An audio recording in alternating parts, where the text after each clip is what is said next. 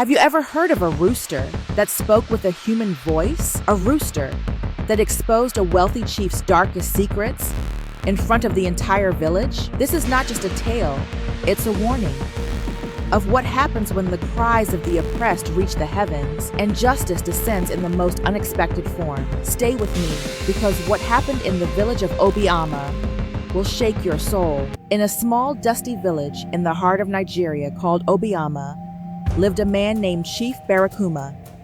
He was the richest man in the land, owning vast plantations, herds of cattle, and large compounds filled with workers who dared not look him in the eye.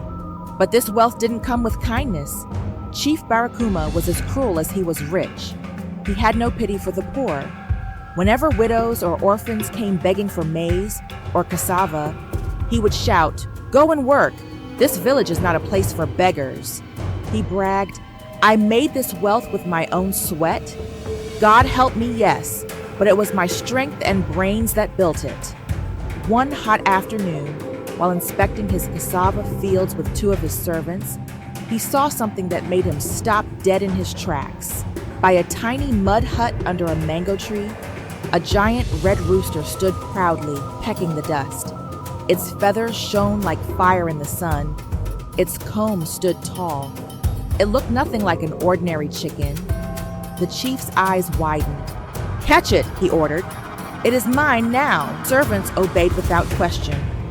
But just as they grabbed the rooster, the door of the hut opened slowly. An old woman, Mama Ngozi, stepped out, her back bent with age, her wrapper hanging loose.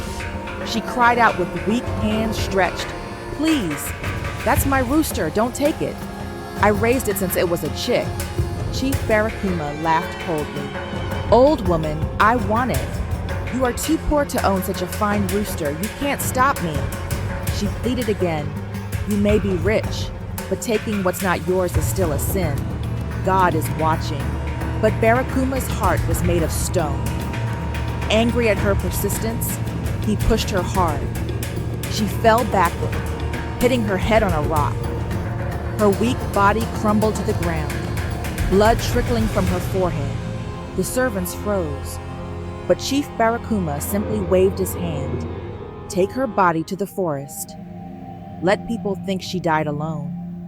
The old woman, who moments ago cried for justice, was thrown into the bush like trash, and the proud chief walked away, carrying the rooster like a prize, laughing. Back at his mansion, Chief ordered the servants, "Feed this rooster. It should not get weak." They gave the rooster millet, beans, even palm kernels. But it didn't eat. It just sat quietly in a corner of the compound. The chief shrugged. "Let it starve. It will eat when it gets hungry."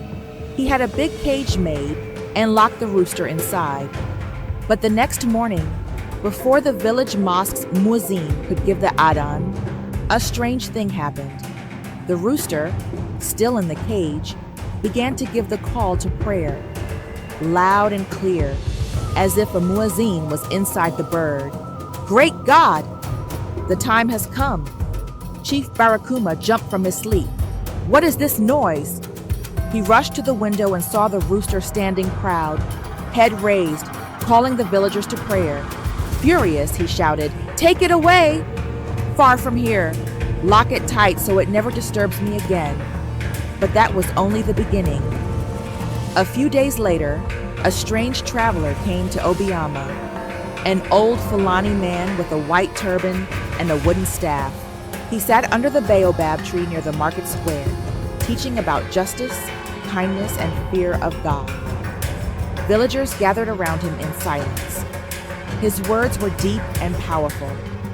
Chief Barakuma heard about him and came storming. "Who are you to preach in my village without permission?" The old man calmly replied, "I am a servant of God. I came to remind people to return to the path of truth." The chief sneered, "Keep your truth to yourself, old man. I rule this land." The old man looked deep into his eyes and said softly, "You rule nothing. Even the air in your lungs is borrowed. Fear the day the owner asks for it back." Barakuma laughed and walked away. That night, as always, the rooster called the Adan again, even louder. Furious, Chief Barakuma grabbed a machete, stormed into the yard, opened the cage, and cut off the rooster's tongue.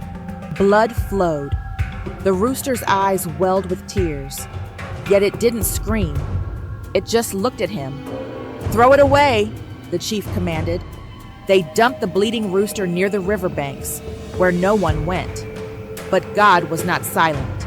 Days later, a young girl named Amina, who had returned from the city, went to visit Mama Ngozi, only to find her hut empty, no trace of her. As Amina asked around, a villager ran into the square, holding something wrapped in cloth. It was the wounded rooster. Its tongue was gone, its body weak, but its eyes still alive. The people gasped, "Who did this? Mama Ngozi is missing too." As the people talked, more troubling news came. Another man cried, "My daughter is missing too." The village began to shake with unrest, but Barakuma pretended to care. "I will find out who did this. I promise justice," he said. But justice was not his to give, because the next morning, something no one had ever seen happen. The rooster, now standing in the middle of the village square, began to speak. In a human voice. Yes, a rooster with no tongue, speaking in clear, powerful language. It said, "You ask who killed Mama Ngozi? It was Chief Barakuma. He took me by force. He cut off my tongue. He has your daughters locked in his mansion. He steals your land. He killed, raped, and lied. God has sent me to reveal the truth." The crowd went silent. Then rage exploded. People screamed, cried, held each other. Mama Ngozi's blood cries from the bush. Barakuma, hearing the commotion, rushed to the scene. When he heard the rooster, he froze, pale, sweating. This is nonsense. A rooster can't talk. But inside, he knew. God had exposed him. He ran. But you can't run from truth. The people followed. They tore down the gates of his mansion, found the missing girls, found the stolen goods, found proof of his evil. That night, the village didn't sleep.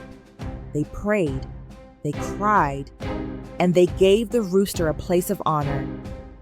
At sunrise, they found Chief Barakuma's lifeless body lying in the square, snakes crawling over him, his eyes wide open in terror, his body stinking, his soul taken, not by people, but by the wrath of God. No one buried him with prayer. No one washed his body. His servants, trembling, threw him in a shallow grave. No coffin, no funeral. The people of Obiama now tell the tale.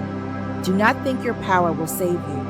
Do not believe your money makes you untouchable. For the God who gives life to man can also give speech to a rooster. And the children of Obiama grow up hearing this story, and they learn.